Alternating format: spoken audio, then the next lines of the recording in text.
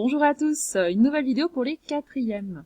Alors on commence un nouveau chapitre, c'est calcul d'air et calcul de volume.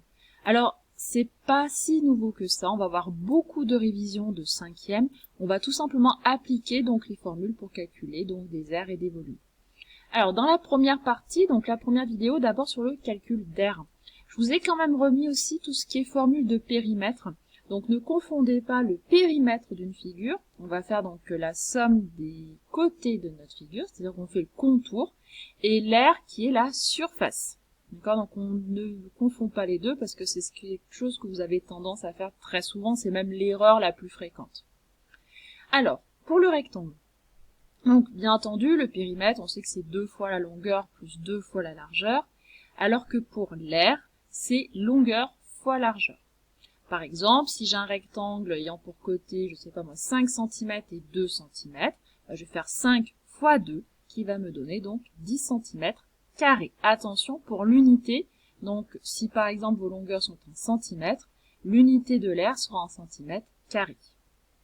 Pour le carré justement, son périmètre, c'est 4 fois le côté, alors que son aire, c'est côté fois côté. On pourrait l'écrire côté au carré, c'est ce que je vous ai mis ici. Donc C fois C, c'est C au carré, on l'avait vu aussi dans la partie calcul littéral.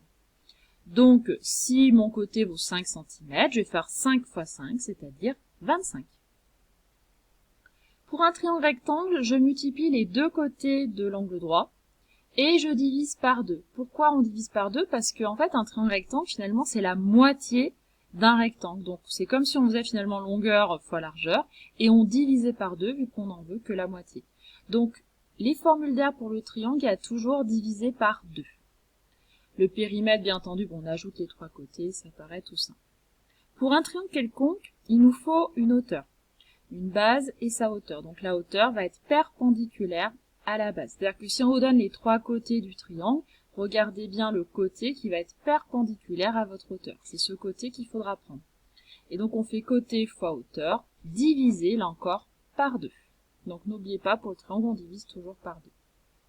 Et on termine avec le cercle, ou le disque, c'est-à-dire qu'on parle du cercle lorsqu'on veut que contour, donc on parle du périmètre d'un cercle, qui est donc 2 fois pi fois rayon.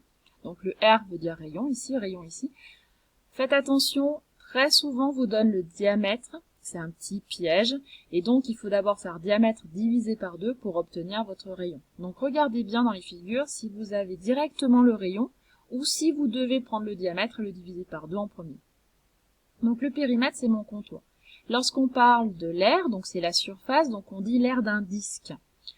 Et là encore, on a besoin du rayon, c'est-à-dire qu'on va faire pi fois rayon, c'est-à-dire rayon au carré.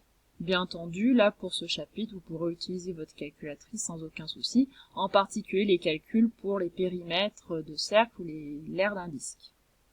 Faites attention aussi, une petite remarque, mais qui est importante, que chaque mesure soit bien dans la même unité. Par exemple, justement dans un triangle, imaginons le côté est en centimètres et la hauteur est en mètres, vous allez devoir d'abord convertir de sorte à avoir la même unité pour chaque mesure. Et après seulement, vous ferez le calcul.